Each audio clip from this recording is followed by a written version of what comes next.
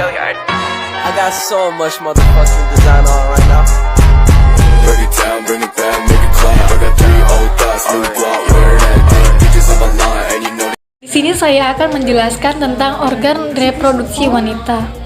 Bagian-bagian luarnya itu ada labia mayora, labia minora, lubang vagina, dan klitoris. Nah, yang pertama itu ada klitoris.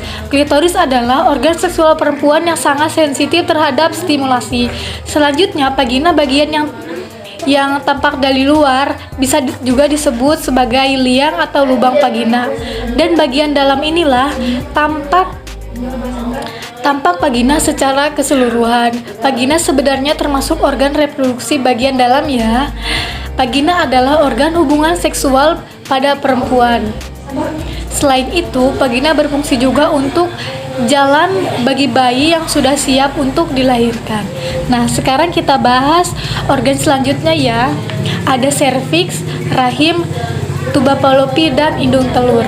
Serviks atau leher rahim akan menghasilkan lendir yang berfungsi untuk membantu sperma untuk masuk ke dalam rahim. Nah, selanjutnya berfungsi untuk menghalangi masuknya bakteri ke dalam rahim. Selanjutnya, satu buah uterus atau rahim berfungsi untuk tempat perkembangan janin. Selain itu, dinding rahim bagian dalam atau endometrium akan mengalami peluruhan setiap bulannya yang kita sebut sebagai menstruasi.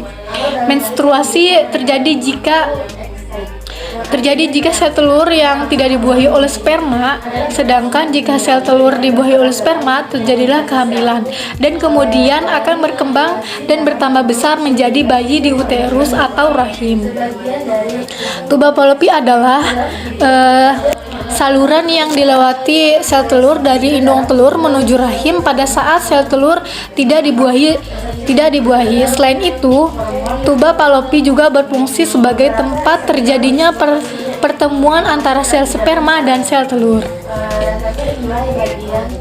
Sel telur terakhir adalah 2 buah ovarium atau dinding telur kanan dan kiri. Ini berfungsi menghasilkan suatu sel secara bergantian bulannya.